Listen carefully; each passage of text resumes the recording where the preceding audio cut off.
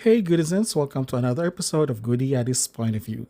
Sa araw na ito, may tanong ako sa inyo na medyo mabigat pero sobrang importante pag-usapan. Healthy pa ba ang political system natin? Seryoso ito mga Goodizens kasi napapansin nyo ba na parang wala ng oposisyon? Parang tahimik na ng mga kasada? Wala ng mga malalaking rally, wala ng malalakas sa boses na pumupuna sa gobyerno. Tinatanong ko na nga sa sarili ko, nasaan na ba ang posisyon? Ang mga aktibong nagsusuri at pumupuna sa mga ginagawa ng mga nasa kapangyarihan. Sila ba ay tahimik na ngayon o wala na talaga nagbabantay sa mga maling desisyon ng gobyerno? At dahil ba dito, kaya ba parang lumalala ulit ang problema ng bayan natin katulad ng krimen, droga, traffic at marami pang iba?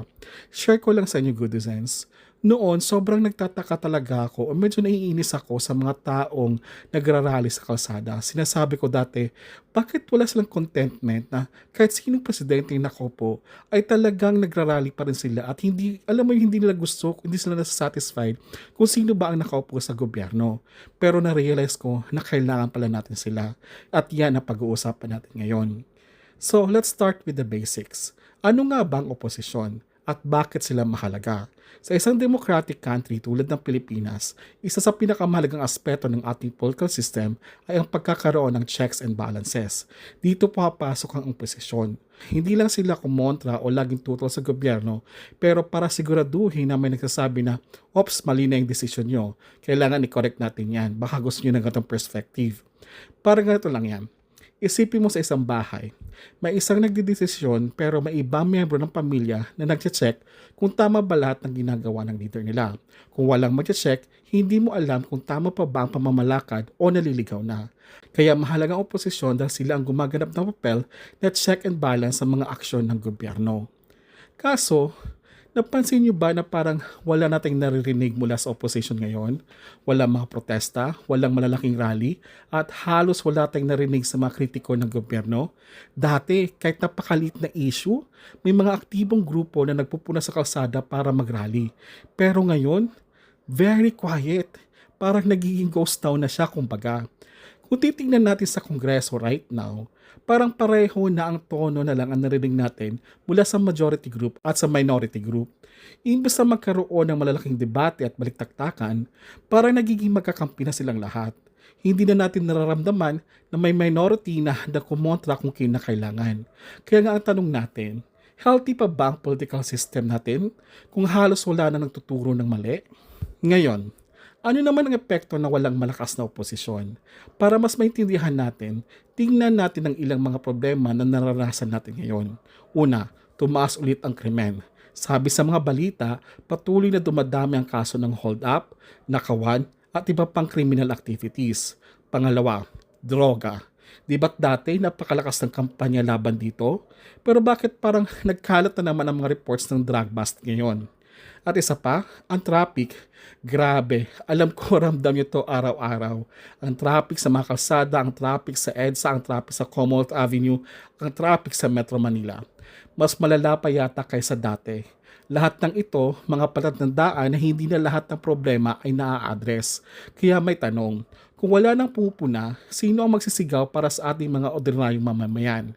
Kung walang nagko-call out sa mga maling ginagawa, natural lang na magtuloy-tuloy ang problema. Parang buhay ulit ito. Kung walang mag-aalerto kapag may butas sa bubong, hindi mo malalaman hanggang sa bumaha na sa sala mo. Ganon din sa ating bansa. Kung walang oposisyon na nagche-check sa bawat desisyon, mas mataas ang chance na magkamali. Kaya mahalagang tanungin, bakit nga ba kailangan natin ng tunay na oposisyon? Simple lang. Kung walang oposisyon, wala nang nakatutok sa mga pagkakamali. Ika nga, absolute power corrupts absolutely. Hindi ibig sabihin nito na masama ang lahat ng nasa gobyerno. Ang point dito, walang perfect, walang perpekto. Lahat ng desisyon ay may pros and cons.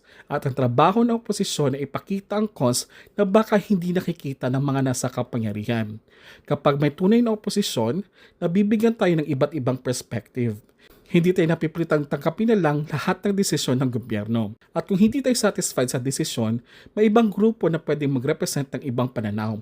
Tulad ng mga simpleng mamamayan, hindi lahat tayo ay may boses sa Kongreso. Pero kapag may malakas na oposisyon, nare-represent nila tayo. So bilang ordinaryong mamamayan, ano nga bang magagawa natin? Well, unang-una, be aware or magkaroon tayo ng awareness. Kailangan nating maging aware at informed sa mga nangyayari sa ating bansa.